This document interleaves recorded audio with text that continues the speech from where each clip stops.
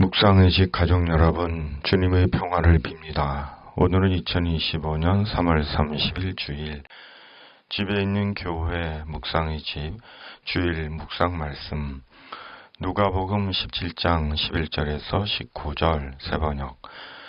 예수께서 예루살렘으로 가시는 길에 사마리아와 갈릴리 사이로 지나가시게 되었다. 예수께서 어떤 마을에 들어가시다가 나병 환자 10사람을 만나셨다. 그들은 멀찍이 멈추어 서서 소리를 높여 말하였다. 예수 선생님, 우리를 불쌍히 여겨 주십시오. 예수께서는 보시고 그들에게 말씀하셨다. 가서 제사장들에게 너희 몸을 보여라. 그런데 그들이 가는 동안에 몸이 깨끗해졌다. 그런데 그들 가운데 한 사람은 자기의 병이 나은 것을 보고 큰 소리로 하나님께 영광을 돌리면서 되돌아와서 예수의 발 앞에 엎드려 감사를 드렸다.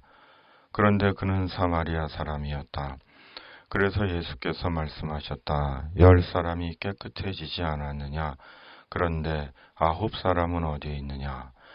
하나님께 영광을 돌리러 되돌아온 사람은 이 이방 사람 한 명밖에 없느냐? 그런 다음에 그에게 말씀하셨다.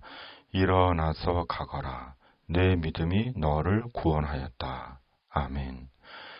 죄의 나병 환자에서 돌아온 그리스도인으로. 예루살렘을 향한 예수님의 행보는 계속됩니다. 지상에서의 예수님 생의 마지막 종착지인 예루살렘. 그곳에서 예수님을 기다리는 십자가 고난과 죽음.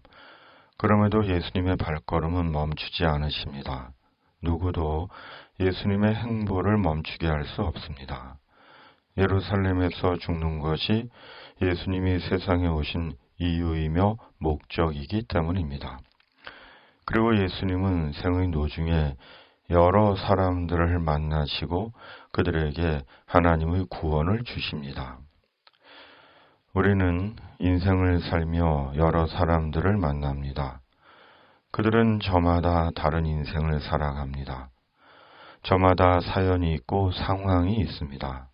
아픔과 기쁨, 감사와 원망, 희망과 절망이 있습니다. 그럼에도 한 가지 분명한 것은 모두 하나님의 구원이 필요하다는 것입니다. 하나님의 구원은 모든 사람에게 필요한 것이고 사람에게 가장 중요한 것이기 때문입니다.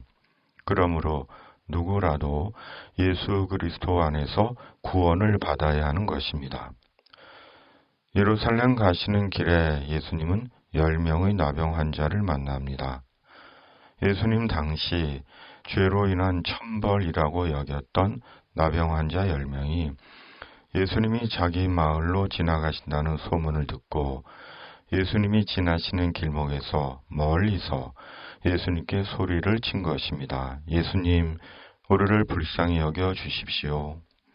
그러자 예수님께서 10명의 나병 환자에게 가서 제사장들에게 너희 몸을 보여라 고 하신 것이고 10명의 나병 환자는 제사장들에게 가는 사이 나병에서 나음을 입은 것입니다. 그리고 한 명이 예수님께 돌아와 하나님께 영광을 돌리며 예수님께 감사한 것이고 하나님의 구원을 받은 것입니다. 그는 이방인 취급을 받던 사마리아 사람이었습니다.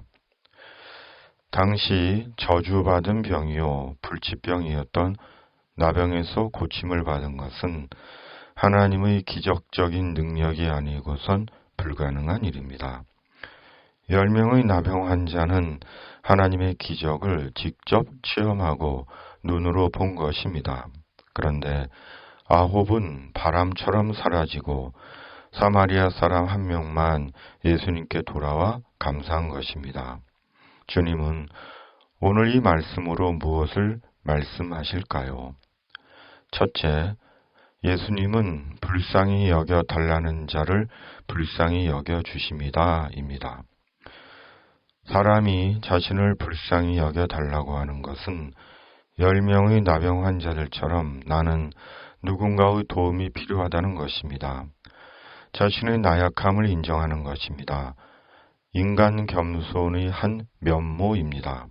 교만한 자는 자기는 강하고 잘났다고 여기기 때문입니다. 하나님은 자신을 불쌍히 여겨달라고 하는 자를 불쌍히 여기십니다. 무엇보다 죄인된 나를 불쌍히 여겨달라고 하는 자를 불쌍히 여기십니다. 하나님은 긍휼의 하나님이시기 때문입니다. 예수님은 죄인된 인간을 불쌍히 여기시고 죄인된 인간을 구원하시기 위해 세상에 오신 주님이시기 때문입니다.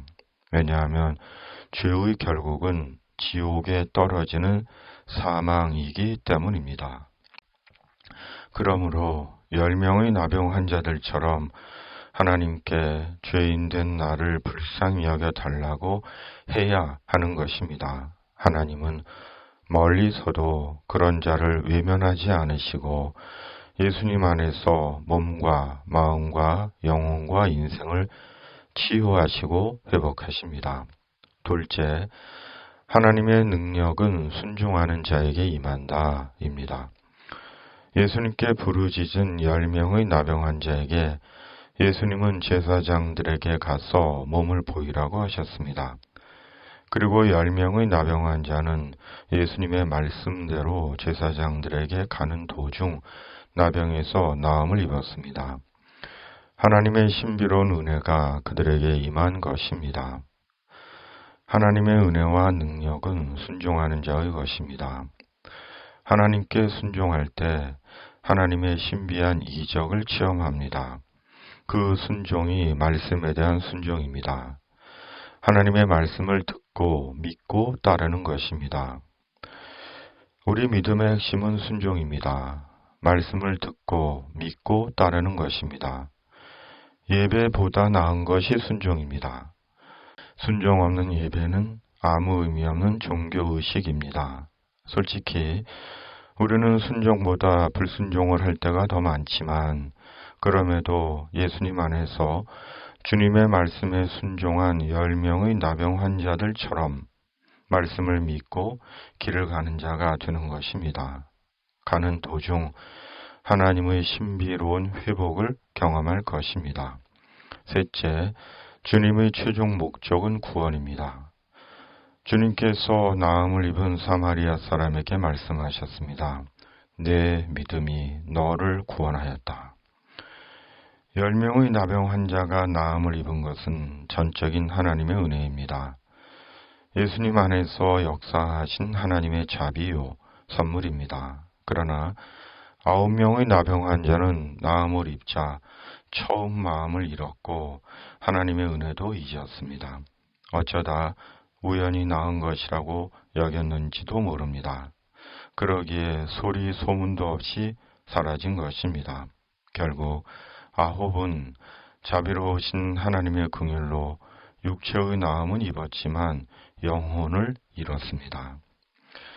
세상 모든 육체는 죽습니다. 건강한 자도 죽고 병든 자도 죽고 기력이 쇠하여 죽고 병으로 죽고 갑자기 죽고 사고로 죽고 전쟁과 기근으로 죽습니다. 모든 인간은 반드시 죽습니다. 그러나 그것으로 모든 것이 끝나는 것이 아닙니다. 죽음으로 모든 것이 끝났다고 여긴다면 그것이야말로 최악의 무지며 비극입니다. 죽음 후에 영원이란 현실이 있기 때문입니다. 영원한 천국과 영원한 지옥이 있습니다. 그러므로 생전에 죽음 이후를 준비해야 하는 것입니다. 그것이 예수님에 대한 믿음입니다. 오직 예수님만이 구원의 주님이시기 때문입니다. 천국에 들어가는 문이시기 때문입니다. 죄가 극에 달한 시대입니다. 놀이하듯 죄를 짓고 거짓말을 입에 달고 삽니다. 자신의 야욕과 탐욕을 위해 서슴없이 인생을 파괴하고 사람 죽이는 것을 가볍게 여깁니다. 사람의 얼굴을 한 금수들의 광란입니다. 음란은 전염병처럼 세상에 퍼져 있고 온기 없는 영혼들이 서로를 사납게 쳐다보며 진짜 영화 속의 좀비가 되어가고 있는 것 같습니다. 세상 이후 영원히 있다는 것을 전혀 인식하지 못합니다. 죽음 이후 영원한 판결이 있다는 것을 대수롭지 않게 여깁니다. 권력에 미쳐서, 육체에 미쳐서, 돈에 미쳐서, 귀신에게 미쳐서 살아갑니다. 그러나 언젠가 죽습니다. 아침 안개처럼 사라집니다. 그리고 그것을 회개하지 않으면 마지막은 영원한 지옥입니다. 우리는 절망과 슬픔의 비참한 죄의 나병 환자였습니다. 그러나 예수님의 긍휼로 다시 살았습니다. 영원히 살고 인생이 살았습니다. 그러므로 은혜도 모른 채 사라진 9명의 나병 환자가 아니라 주님께 감사와 영광을 돌리는 남은 1명의 참된 건강인이 되어 날마다 주님께 돌아오는 자가 되어야 하는 것입니다. 말씀으로 돌아와 말씀의 길을 가는 것입니다. 아멘. 살아계신 하나님 아버지, 그칠 줄 모르는 죄의 시대에 남은 1명의 주님의 은혜를 입은 그리스도인이게 하시고 매일 말씀으로 돌아와 말씀의 길을 가는 소망과 약속의 그리스도인 되게 하여 주시옵소서. 성령의 능력으로 충만케 하여 주시옵소서. 이 땅에 주님의 공의와 정의가 살아있음을 속히 보게 하여 주시옵소서. 예수님의 이름으로 간절히 기도하옵나이다. 아멘.